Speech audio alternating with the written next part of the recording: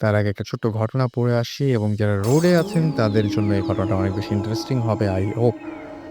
লিখেছেন, "ভাইয়া আমার বাড়ি বগুড়া শেরপুর থানার চান্দাই কোনায়।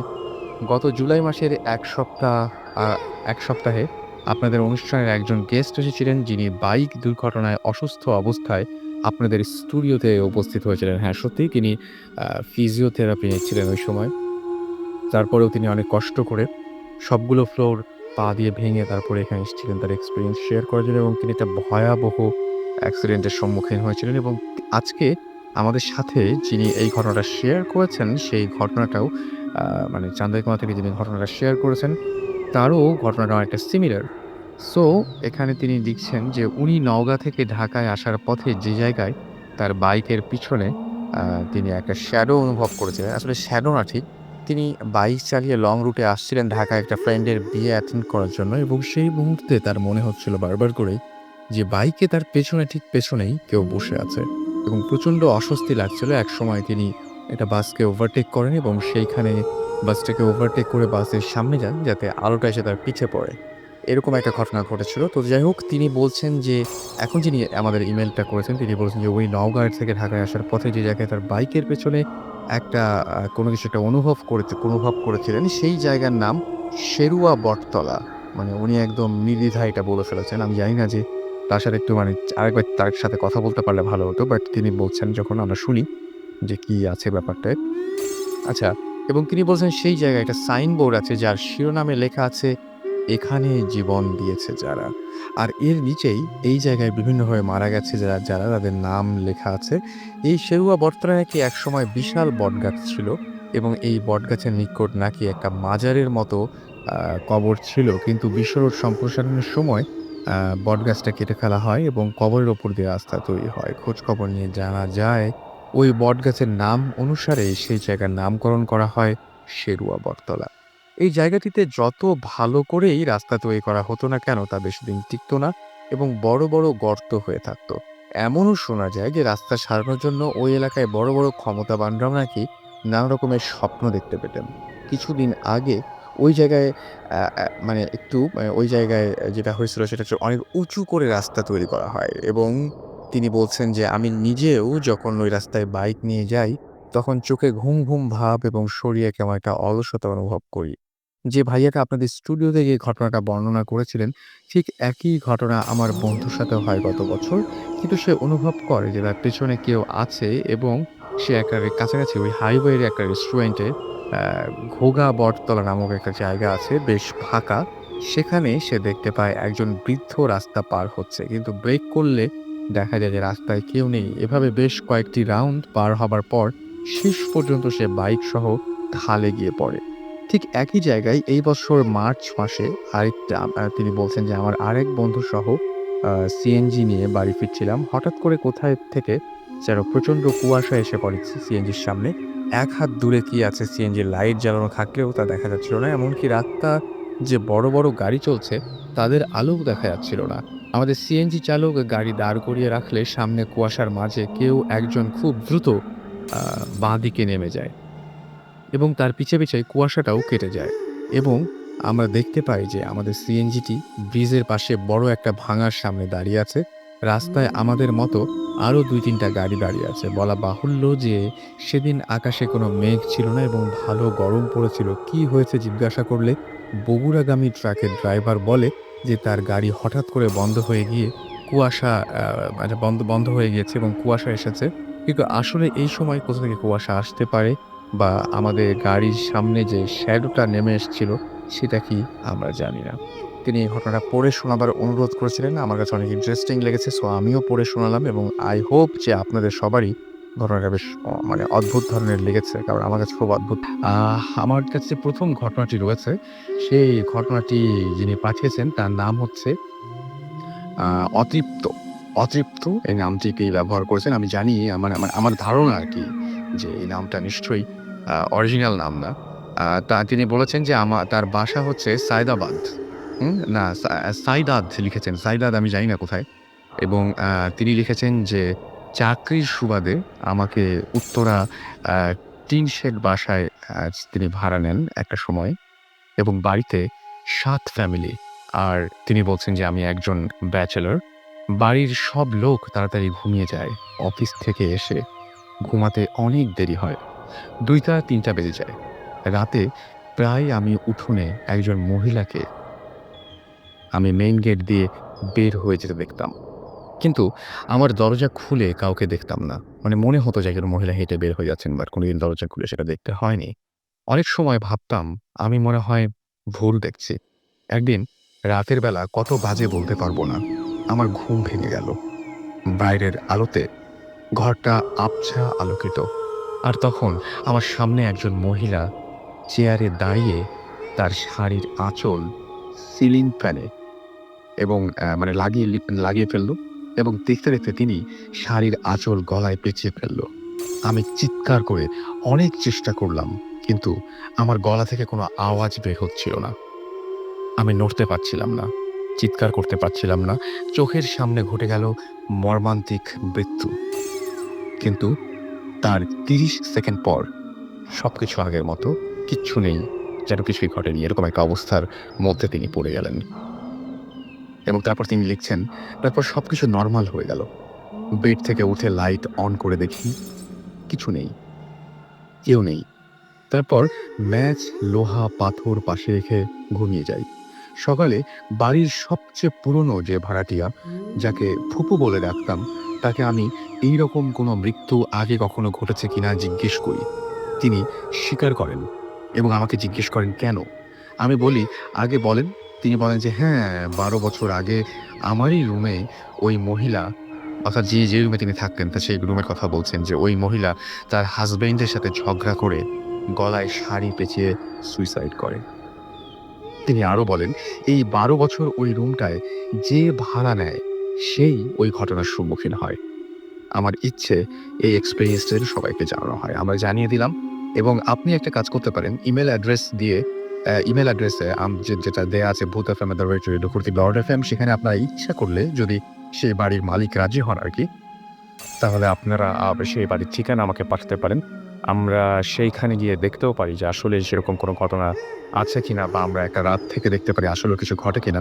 আমরা কিন্তু সাউন্ডও রেকর্ড করতে পারি, বা সেখানে আমরা কিছু মানে আমরা যেতে পারি। আমাদের ভূত এফএম টিম সেখানেও পৌঁছে যেতে পারে যদি আপনারা চান তাহলে। সো এই হচ্ছে ঘটনা। আ আমার বাম পাশে আমি দেখতে পাচ্ছি যে ফারহান আছেন। আমি ১ম এ ফারহানের কাছে যাচ্ছি। ফারহান, আপনার ঘটনাটা একটু বলবেন please. Hi listeners, that's Farhan from Puran Dhaka. আমি আপনাদের সাথে আজকে আমার সিলেটের একটা এক্সপেরিয়েন্স শেয়ার করব, যার ফলে আমি আমার পার্সোনাল লাইফে বেশ কিছু প্রবলেম ফেস করি। আমি সিলেটে যাই আমার একটা ফ্রেন্ডের বড় ভাইয়ের বিয়ে অ্যাটেন্ড করার জন্য। ওকে। তো আমার ঘটনাটা আসলে সেখানেই ঘটে। এবং আরেকটা কথা বলে রাখি যে আমার ফ্রেন্ডের ছিল একজন হিন্দু। তো হিন্দুদের বিয়েতে মানে ওদের আ প্রসেসটা অনেক লং টার্ম। তো আমাদের ভাইয়ার লগ্ন ছিল রাত ৩:৩০ টায় সিলেটের একটা মন্দিরে। তো আমরা সবাই ডিসেম্বর 16 রাতে মানে ভাইয়ার বাসায় গায়ে হলুদের একটা অনুষ্ঠান অ্যাটেন্ড করি এবং হুম। তারপর দিন সকালবেলা বরযাত্রী নিয়ে সবাই সিলেটের উদ্দেশ্যে রওনা হই। আচ্ছা। তো সিলেট পৌঁছতে আমাদের বেশ অনেক রাত হয়ে যায়। হুম, হুম। প্রচণ্ড ঠান্ডা ছিল, ডিসেম্বর মাস। তো আমরা সিলেট পৌঁছলাম রাত 10:30টার দিকে। আচ্ছা। তো সিলেট পৌঁছানোর পরে আমাদের মানে কন্যা পক্ষের থেকে একটা পার্টি ছিল। সেই পার্টি অ্যাটেন্ড করলাম আমরা কমিউনিটি সেন্টারে একটা। তারপর আমরা খাওয়া-দাওয়া শেষ হতে রাত ১২টা বেজে গেল। ১২টা ১২:৩০ মতো বেজে গেল সব অনুষ্ঠান শেষ হতে। ওকে। আর ৩:৩০ ছিল ভাইয়ার লগ্ন। তো এর জন্য আমাদের অবশ্যই সেখানে মন্দিরে যেতে হবে। মানে এই অনুষ্ঠান অ্যাটেন্ড করার পর। তো আমরা ছিলাম প্রচণ্ড টায়ার্ড। খাওয়া-দাওয়ার পরে আমাদের আরও বেশি টায়ার্ডনেস চলে আসে বেশি। তো আমরা কিছু ফ্রেন্ড ছিলাম প্লাস আমাদের সাথে কিছু বয়স্ক লোক ছিলেন যারা খুবই টায়ার্ড ছিলেন। তো আমরা জাস্ট আঙ্কেলকে বললাম যে আমাদের ভাইয়ের যে আব্বু, ওনাকে বললাম যে, "আঙ্কেল আমরা তো খুব টায়ার্ড। তো আমাদের তো একটা ফ্রেশ হওয়ার দরকার।" তো আঙ্কেল আমাদের বললেন যে, "দেখো তোমরা আশেপাশে যদি কোনো হোটেল থাকে তাহলে তোমরা দেখো ওখান থেকে ফ্রেশ হয়ে ৩:৩০ ভিতরে চলে আসো মন্দিরে।" তো আমরা জাস্ট খুব কাছেই মন্দিরের কাছে একটা ভালো হোটেল পেলাম। মানে কিন্তু সেটা ছিল খুবই পুরনো। এবং আরেকটা কথা বলে রাখি যে আমাদের যেখানে বিয়ে ছিল সেটা ছিল সিলেট শহর থেকে অনেক ভিতরে। তো ওইখানে তেমন একটা হোটেলও ছিল না। জাস্ট একটা হোটেলই আমরা পাই সেখানে ওঠার জন্য। তো আমরা জাস্ট ওই হোটেলটার ওই বিল্ডিংটা ছিল ৪ তলা একটা বিল্ডিং এবং ওখানে আমরা ৩ তলা এবং ৪ তলা ছিল জাস্ট হোটেলের জন্য। আচ্ছা। আমরা জাস্ট ৪ তলায় একটা রুম নিলাম। ওখানে আমরা ৩ টা ফ্রেন্ড ছিলাম। জাস্ট কিছুক্ষণ ফ্রেশ হয়ে চলে যাব, ব্যাক করব ওই মন্দিরে। তো আমরা নরমালি ওখানে আমার ২ টা ফ্রেন্ড রুমের ভিতর ছিল। ফ্রেশ হচ্ছিল এবং তখন ছিল রাত 2টা বাজে। তো আমি জাস্ট আমার ফোনটা নিয়ে জাস্ট বারান্দায় চলে গেলাম হোটেলের। ওখানে বেশ কিছুক্ষণ ফোনে কথা বলছিলাম। তো হঠাৎ করেই মানে আমি যখন বারান্দায় হাঁটছিলাম, আর বারান্দাটা ছিল খুবই পুরনো এবং আর বাকি যে হোটেল রুমগুলো ছিল ওখানেও কেউ ছিল না। রুমগুলো ছিল পরিত্যক্ত এবং তালা লাগানো ছিল। তো আমরা জাস্ট বেশ কয়েকজন মানে ওই রুমটাতে ছিলাম। আর আমি চলে গেছিলাম বারান্দায় ফোনে কথা বলার জন্য। আচ্ছা। তো যখন আমি বারান্দায় হাঁটছিলাম, তো হঠাৎ করে আমার কেন জানি মনে হলো যে আমার পেছনে কেউ আছে। আমি বারবার এই প্যানিকটা আমার মধ্যে আসতেছিল, কিন্তু আমি বারবার পেছনে করতেছিলাম, কিন্তু কাউকে আমি সেখানে দেখে পাচ্ছিলাম না। হ্যাঁ, হ্যাঁ। এরকম করতে, করতে প্রায় ০.৫ ঘন্টা কেটে গেল। তারপরেও আমার কাছে কেন জানি মনে হচ্ছিল আমার পিছনে কেউ আছে। তো আমি হঠাৎ করেই পিছনে একবার মুড়লাম। তখন যেটা ফিল করলাম সেটা হচ্ছে যে একটা গরম হালকা বাতাসের একটা ধাক্কা আমার উপর দিয়ে চলে গেল। তো এইটা ফিল করার পর আমি একটু ভয় পেয়ে গেলাম। মানে চিন্তা করলাম যে এখানে কি হওয়ার কথা? এখানে আর বেশিক্ষণ স্টে করা যাবে না। তো আমি ডাইরেক্ট হোটেল রুমে চলে গেলাম। আচ্ছা। তো হোটেল রুমে আমার যে ফ্রেন্ডরা ছিল ওরা জাস্ট ফ্রেশ হয়ে একবারে রেডি ছিল এবং ওরা জাস্ট মন্দিরে চলে যাবে। তো আমাকে বলছিল যে, "তুই তাড়াতাড়ি ফ্রেশ হয়ে নে, আমরা চলে যাই।" তখন আমি ওদেরকে বললাম যে, আমি একটু লেট আমার একটু লেট হবে।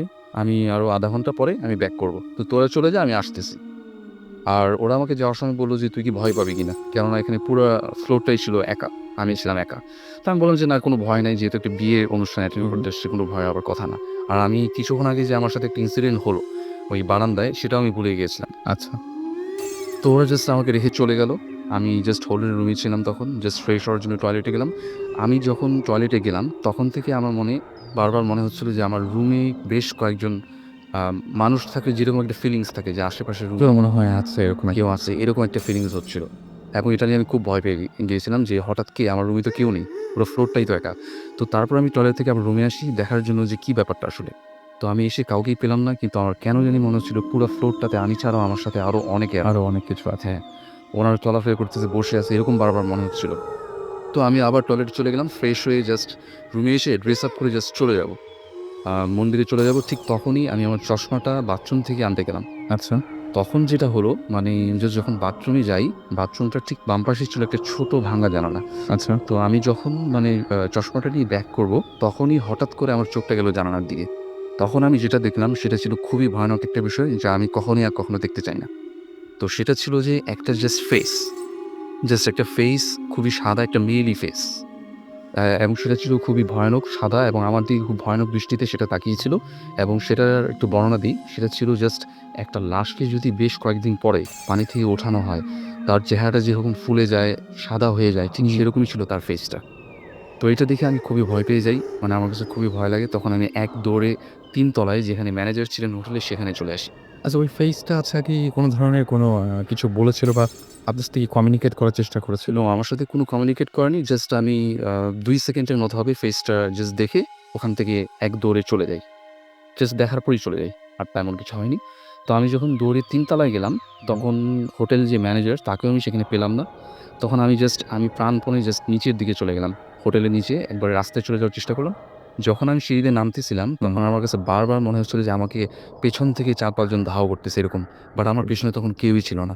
এই ফিলিংসটা আমার খুবই একটা ভয়ের কাজ করছে। যখন আমি সিঁড়ি থেকে নামতেছিলাম কেউই ছিল না। ওই বিল্ডিংটাতেও কোনো মানুষ ছিল না তখন। কিন্তু আমার কেন জানি মনে হচ্ছে যে আমাকে কেউ ফলো করতেছে, আমাকে ধাওয়া করতেছে। তো আমি জাস্ট দৌড়ে মন্দিরের কাছাকাছি যেয়ে আমার ফ্রেন্ডদের ফোন করলাম। ওরা আমাকে রিসিভ করে নিয়ে গেল। কিন্তু ওরা আমাকে দেখে খুবই অবাক হলো। যে বলল যে, "তুই এত হাঁপাচ্ছিস কেন?" তখন আমি ওদেরকে বললাম যে, কিছুই তেমন কিছু বললাম না। বললাম যে, "আমি রাস্তা হারিয়ে ফেলছিলাম। মানে চিনতে পারিনি ১ম এ মন্দিরে।" এরকম একটা কথা বলে জিনিসটা স্কিপ করলাম। আর ওদেরকে ঘটনাটা শেয়ার করিনি তখন আমি। তো বিয়ের অনুষ্ঠান শেষ হয়ে গেল প্রায় সকালের দিকে। পুরো সম্পূর্ণ বিয়ে শেষ। তো আমরা ব্যাক করব ঢাকায়। তখন আমি আমার আঙ্কেল যে ছিলেন উনাকে বললাম, প্লাস ফ্রেন্ডদেরকে সবাইকে এই ঘটনাটা খুলে বললাম। আচ্ছা। ওরা সবাই আমার কথা বিশ্বাস করলো এবং আঙ্কেল বলল যে, "এরকম হতেই পারে। অনেক পুরনো এলাকা এখানে। মানুষজন খুব কম, গ্রামগঞ্জ হতেই পারে।" আর আমাকে ফ্রেন্ডরাও বলেছিল যে, মানে হোটেলে যেয়ে ম্যানেজারের সাথে কথা বলে আসি। চল। হুম।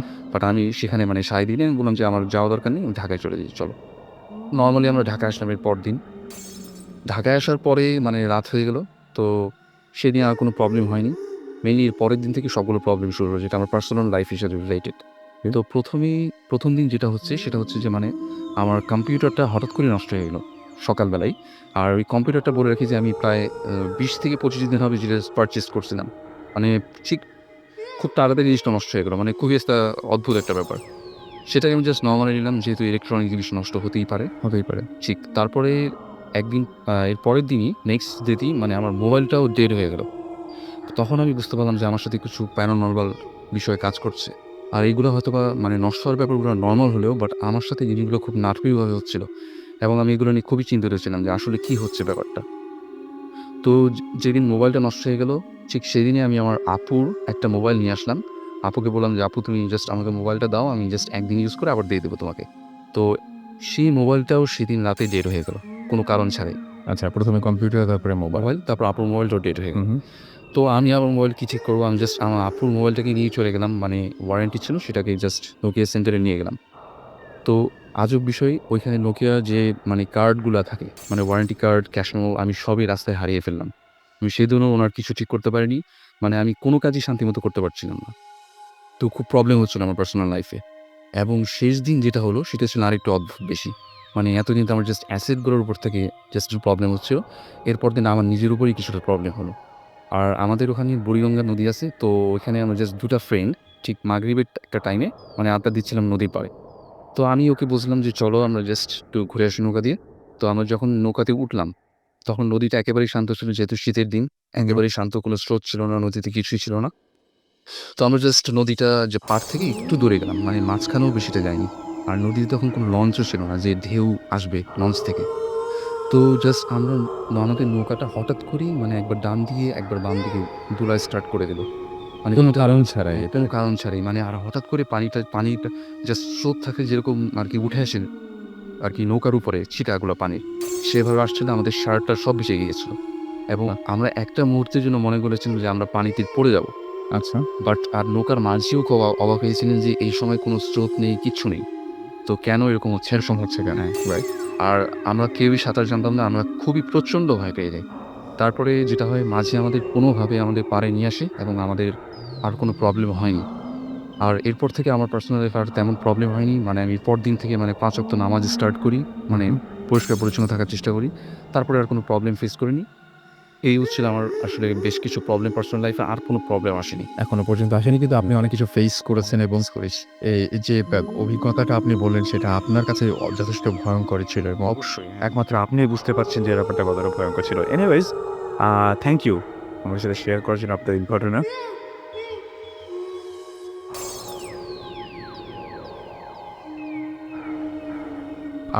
আমাদের হাতে একটা ইমেইল আছে এবং এই ইমেইলটি আমাদের পাঠিয়েছেন পুরো ঠিকানা দিয়ে মোহাম্মদ আজিজুর রহমান, গ্রাম বিয়ং আ আ বি আ বিরা আচ্ছা বিরাহিমপুর নাকি বিরানপুর নাকি ইব্রাহিমপুর হবে সম্ভবত, সেটাই ইব্রাহিমপুর হবে। পীরগঞ্জ পোস্ট অফিস, নাটোর জেলা থেকে। এবং তিনি বলেছেন যে, "প্রথমেই আমার সালাম গ্রহণ করবেন। আমি রেডিও ফুর্তি, ভূত এফএম এর অনুষ্ঠানের জন্য একটি ঘটনা পাঠালাম। অনুগ্রহ করে ঘটনাটা পড়বেন।" ঘটনাটি ঘটেছে ২০১০ সালের ১ম দিকে আমাদের পাশের গ্রাম জালালাবাদে। ওই ব্যক্তির নাম খোদা বক্স। বয়স আনুমানিক ৪৫ থেকে ৪৭ বছর। সে একদিন রাত ২টা-৩টার দিকে তার বাথরুমে যাবার প্রয়োজন হয় এবং সে যায়। এবং এখানে উল্লেখ করার মতো বিষয় যেটা, সেটা হচ্ছে তাদের বাসার পাশে একটা সাঁওতাল পাড়া আছে। তারপর সে বের হয়ে দেখে যে তার থেকে আনুমানিক ২০ গজ দূরে রাস্তার পাশে একটি মহিলা ঘোমটা মাথায় দিয়ে বসে কাঁদছে। তখন সে মনে করে যে হয়তো সাঁওতাল বাড়ির কোনো লোক তার স্ত্রীকে মেরেছে, সেইজন্য সে বাইরে বসে কাঁদছে। তখন সে আস্তে, আস্তে মহিলাটির দিকে এগিয়ে যেতে থাকে। কিছুক্ষণ এগিয়ে যাওয়ার পর সে লক্ষ্য করে যে ১ম এ তার এবং মহিলাটির মাঝে যতটুকু দূরত্ব ছিল, তখন ঠিক ততটুকুই দূরত্ব রয়ে গেছে। কিছুতেই দূরত্ব কমছে না এবং মহিলাটির কাছেও সে যেতে পারছে না। কিন্তু তার অন্যদিকে কোনো খেয়াল নেই, সে এগিয়েই চলেছে। এদিকে ওই ব্যক্তিটি কিন্তু আস্তে, আস্তে বাড়ি ছেড়ে মাঠের মধ্যে চলে গেছে এবং মহিলাটিও সমান দূরত্ব বজিয়ে রেখে এগিয়ে যাচ্ছে। অপরদিকে ওই মাঠের মধ্যে ছিল একটি পরিত্যক্ত গভীর নলকূপের ঘর। সেখানে মানে সচরাচর কেউ সেই ঘরে প্রবেশ করত না এবং মাঝে মধ্যে রাত্রে ওই ঘরে আলো দেখা যেত, অথচ সেখানে কোনো বিদ্যুৎ ছিল না। যাই হোক, ওই ব্যক্তিটি একসময় লক্ষ্য করে যে মহিলাটি সেই গভীর নলকূপের ঘরে প্রবেশ করলো। তখন তার মাথায় কাজ করলো, তার মাথায় যেটা কাজ করে সেটা হচ্ছে যে সে বুঝতে পারে যে আচ্ছা, আমি তো বাড়ি থেকে অনেক দূরে চলে এসেছি এবং আসলেও মহিলাটির বাস্তবে কোনো অস্তিত্ব নেই। তখন সে একা চিৎকার দেয় এবং চিৎকার দিয়ে বাড়ি ছুটে আসে এবং বাড়িতে এসে সে অজ্ঞান হয়ে যায় এবং সঙ্গে, সঙ্গে তার শরীরেও জ্বর এসে যায়। অনেক চিকিৎসা করার পরেও সে আর সুস্থ হয়নি। মাসখানেক অসুস্থ থাকার পরে এক পর্যায়ে সে মারা যায় এবং তারপরেই ঘটে মর্মান্তিক একটা ঘটনা। সেটা হচ্ছে যে ওই ব্যক্তিটি অত্যন্ত গরিব ছিল এবং একজন দিনমজুর ছিল। সে মারা যাবার পরে তার স্ত্রী ছোট, ছোট ৪ সন্তানকে নিয়ে একেবারে পথে বসে যায়। তখন থেকেই সে মানুষের কাছে সাহায্য প্রার্থনা করে সংসার চালাচ্ছে। সো এই ঘটনাটি তাকে সারা জীবন বহন করে নিয়ে বেড়াতে হচ্ছে। এরকম একটা ভয়ঙ্কর ঘটনা। সো যারা বলেন যে দেখতে যায় এভাবে আগ্রহ প্রকাশ করেন, তারা খুব বেশি সাহস না দেখানোই ভালো। কারণ যদি এরকম বড় ধরনের কোনো ঝামেলা ফেস করেন, সেই ঝামেলা থেকে বেরিয়ে আসাটা আসলে অনেক কষ্টের।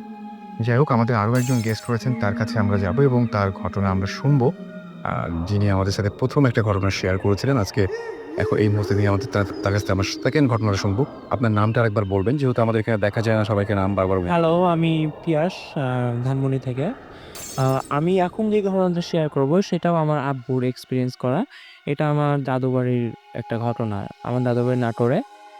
আ মানে আব্বু তখন ক্লাস 9 এ বা 10 এ পড়ে। এই সময়কার ঘটনা আরকি, অনেক আগের, অনেক নাও ৩০ বছর আগের ঘটনা। তো সেখানে হয়েছিল কি যে আব্বুদের দাদা বাসার পাশের এক বাড়িতে নতুন বিয়ে করে নিয়ে আসছে এক আঙ্কেল। উনি মানে নতুন বিয়ে করে আনছে। তার বিয়ে করে আনার পর এই ৭ দিন থেকে ৮ দিন যাওয়ার পরে হঠাৎ করে তিনি একটা অদ্ভুত জিনিস লক্ষ্য করতেছেন যে তার মানে তার স্ত্রীর মধ্যে কিছু একটা চেঞ্জ হইছে। আচ্ছা, কেমন টাইপের চেঞ্জ বলতে কি যে হঠাৎ সে রাত বিরাতে উঠে চলে যায়। মানে তাকে পাওয়া যায় না। ১২টা-১টার সময় পুকুরে বসে থাকে। পুকুরের মধ্যে ডুবে গলা পর্যন্ত পানিতে চুবে থাকে। রাত্রের বেলা হঠাৎ গাছে উঠে যায়। দুপুরবেলা গাছে থাকে। ঘরের কোনো কাজে মন নাই। এই টাইপের মানে পাগলামি শুরু করছে আরকি। হঠাৎ করে মানে ভালো মানুষ ৭-৮ দিন যেতে না যেতে হঠাৎ করে পাগলামি শুরু করছে। তখন তারা আরকি গ্রামে তো তেমন আর কিছু ছিল না। তখন কারেন্টও ছিল না আরকি। তখন তারা করছে কি যে একদিন একটা ইয়াকাটা ওঝা বলে বা এরকমই কি যেরকম তান্ত্রিক বলে আরকি, তাকে ডাকছে। সো সে আসছে। আসার পরে ওই মহিলাকে দেখে বলছে যে মহিলার বোধহয় এরকম কিছু প্রবলেম আছে। সো ওকে ট্রিটমেন্ট করতে হবে। তো বলছি, "কিভাবে করবেন ট্রিটমেন্ট?" বলছি যে, "একটা মানে আমাদের দাদু বাড়ির পিছনে মানে বাহিরে বড় একটা বাইরে বাড়ি ছিল। মানে বড় জায়গা। ওই জায়গাটা অনেক বড় ছিল। পাশে গোয়ালঘর-টর আছে। সেখানে আরকি মানে মহিলাটাকে আনছে। আনিয়ে ওখানে বাসাইছে। বসানোর পরে তার চারিদিকে ৬ হাত দূর দিয়ে একটা সার্কেল করছে। সার্কেল করছে। আর তখন উনি বলছেন যে অনেক লোক আসছে দেখতে যে কি করবে এই লোকটা, কি করবে দেখতে সবাই আসছে, গ্রামের অনেক লোকজন। তো বলছে, "আপনাদের মধ্যে থেকে ৪ জন লোক আসেন যিনি সবচেয়ে শক্তিশালী।" মানে কি যে এই মহিলার মানে কি যে নড়াচড়া করবে, তো ওকে ধরে রাখতে হবে। আমি একাই তো পারব না। তখন ৪ জন লোককে ডেকে নিয়ে এসে সার্কেলের মধ্যে ঢুকাইছে। আর বলছে কি একটা পিতলের কলসিতে করে ১ কলসি পানি নিয়ে আসেন। সো এই পানিটা আমার লাগবে। এই পানিটা ছাড়া আমি ওকে ঠিক করতে পারব না। সো এক কলসি পানিও আনছে। তার হাতে ঠিক তসবি টাইপের কিছু একটা ছিল। কিন্তু তসবির তো দানাগুলো অনেক ছোট হয়। তার ওই দানার ওই জায়গাতে ছিল আরকি বড় নীল ও কমলা, হলুদ কালারের পাথর। সো মানে তখন সে শুরু করছে কি এই যে পাথরগুলা খালি গুনতেছে মনে বিড়বিড় করে গুনে সে বারবার ওই কলসির পানিতে ফু দিচ্ছে। বারবার কলসির পানিতে ফু দিচ্ছে। আর কলসির পানি যতই ফু দিচ্ছে আর ওই মহিলা প্রচুর জোর খাটাচ্ছে। মানে অস্বাভাবিক জোর। যে ৪ টা মানুষ, একটা মহিলা মানুষ ৪ টা বড় শক্তিশালী পুরুষ মানুষ তাকে ধরে রাখতে কন্ট্রোল করতে পারছে না। এত জোর খাটাচ্ছে। মানে সে দৌড় দিয়ে খালি আসতে চেষ্টা করতেছে যে ওই কলসি তাকে ফেলে দেওয়ার চিন্তা ভাবনা। কিন্তু ওরা অনেক শক্ত করে ধরে রাখছিল। এভাবে প্রায় ঘন্টাখানেক ১-১.৫ ঘন্টার মতো আরকি ট্রাই করছে। ট্রাই করার পরে এই লোকও একটু হাঁপায় গেছে। মানে যে মানে সাধু ছিল বা তান্ত্রিক ছিল সে একটু হাঁপায় গেছে। হাঁপায় যাওয়ার পর বলছে কি, "আমি একটু রেস্ট নিবো। আবার আমি শুরু করতেছি ১০ মিনিট পরে।" আমাদের ওই গ্রামে আবার কি একজন ছিলেন যিনি আসলে কি বলতেন ব্লাক ম্যাজিক করতো আরকি। ব্লাক ম্যাজিক করতো। সে আসলে বান মারা নাকি টাইপের, এই কথাটা আমি জানি না ঠিক বলতে পারতেছি না। বান মারতো নাকি যে মানুষকে করে দিলে কারো যদি ছোট কিছু ঘা থাকতো সেটা ক্যান্সারে রূপান্তর হয়ে যেত। মানে এরকম একটা লোকমুখে শোনা গেছে আরকি। কারণ সেই লোকটা কি মানুষের আসলে ভালো চাইতো না আরকি। মানুষের ক্ষতি করতে তার খুব ভালো লাগতো। তো ওই ১০ মিনিট টাইমের মধ্যে ওই মহিলা কিন্তু একটু অজ্ঞান টাইপের মতো হয়ে গেছে। উনি প্রায়ই অজ্ঞানের মতো দুর্বল হয়ে পড়ে গেছে। অনেক জোর খাটাইছে ৪ জন লোকের সাথে। তখন করছে কি ওই যে ব্ল্যাক ম্যাজিক পারে যে লোকটা, ওই লোকটা ওই সময়ের মধ্যে করছে কি কানের মধ্যে আসে ওই মহিলার কানে কিছু একটা বলে গেছে।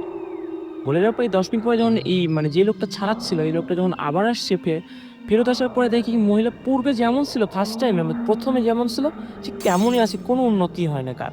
মানে আবার ওই রকমই পূর্বের অবস্থায় ফেরত চলে গেছে। তখন এখন গ্রামবাসীরা জিজ্ঞাসা করছে যে, "আসলে আপনি এতক্ষণ ধরে ট্রাই করতেছেন, কি হলো? আপনার তো কিছু হচ্ছে না তো। কি যেরকম ছিল সেরকমই তো আছে। আপনি কি পারবেন আসলে না পারবেন না?" তখন ওই লোক বলতেছে যে, "আপনাদের মধ্যেই তো একজন এসে আমার ক্ষতি করে দিয়ে গেছে।" "কি ক্ষতি?" বলছে, "কেউ এসে তার কানে কিছু একটা বলে গেছে জিনকে। সো এখন সে তা আবার পূর্বের অবস্থায় ফেরত চলে আসছে।" তখন বলছি, "তাহলে এখন কি করা যাবে?" তখন বলছে কি যে, "ওই লোককে আগে আপনাকে আইডেন্টিফাই করতে হবে কে করছে, তাকে আগে ঠিক করতে হবে। তারপরে আমি এর চিকিৎসা করতে পারবো, নাহলে করতে পারব না।" তখন সে নাকি কিছু করছে, মানে মনে, মনে কি করে তাকে আইডেন্টিফাই করছে ওই লোকটাকে। ওই লোকটাকে ধরে আনছে। ধরে এনে ওই লোকটাকে বসাইছে। বসানোর পরে ওই লোকটার পাশ দিয়ে আবার ছ আ ছ মানে ৬ হাত দৌড় দিয়ে একটা সার্কেল করছে। করার পরে ওই লোকটা অজ্ঞান হয়ে গেছে। যে লোকটা বসছিল আরকি কানে, ওই লোকটা অজ্ঞান হয়ে তখন ওই লোকটা আবার মহিলার কাছে ফেরত আসছে। ফেরত আসার পরে আবার সে পূর্বের থেকে আবার শুরু করছে। আবার ফু দেয়, খুদে মহিলা লাফালাফি করে, ফু দেয়, খুদে লাফালাফি করে। এরকম ১ থেকে ১.৫ ঘন্টা যাওয়ার পরে মহিলার ভয়েস পুরোপুরি চেঞ্জ। একদম একটা পুরুষালী কণ্ঠ হয়ে গেছে। তখন সে একটা নাম বলছে, সে নামটা আমার মনে নাই আমার। আমি বলছি, "তুমি কি?" তখন ও বলছে যে, "আমি হিন্দু।" তো বলছি, "তোমার জাত কি?" তখন ও বলছে, "আমি চাড়াল।" মানে হিন্দুদের মধ্যে একটু নিচু জাত আর তো বলছে, "আমি চাড়াল।" তখন বলছি কি যে, "তুমি একে আসে ধরছো কেন? তো এরকম করতেছো কেন?" তখন বলছে কি যে, "এই মেয়ে নতুন বিয়ে হয়ে আসছিল, এর সাথে অনেকে দেখা করতে আসছিল। কিন্তু এই সবার মানে অনেকের সাথে খারাপ ব্যবহার করছে।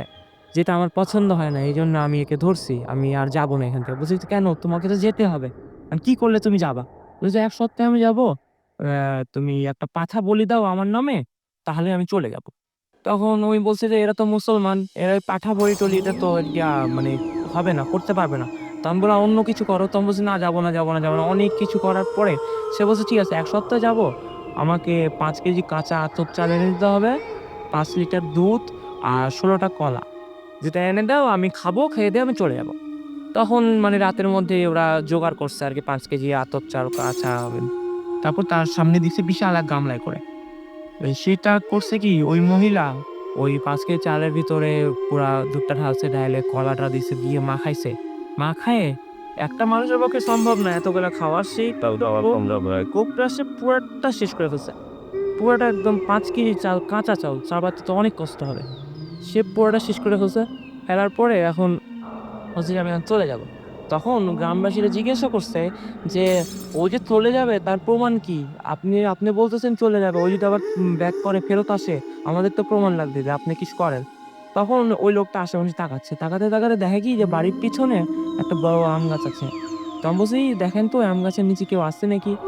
তখন বলছে যে একজন লোক গেছে যে বলছে, "না কেউ নাই।" বলছি, "কেউ যদি থাকেও তাকে সরে যেতে বলেন।" তখন সরে যেতে বলছে। কেউ নাই, পুরা ফাঁকা। ঠিক ৩০ থেকে ৪০ সেকেন্ড পরে একটা কি জিনিস হইছে যে একটা বিশাল মোটা ১০ থেকে ১২ ইঞ্চি মোটা একটা ডাল ভেঙে পড়ছে। হঠাৎ করে মানে মোটাস করে একটা শব্দ হচ্ছে, বিকট শব্দে ভেঙে পড়ছে।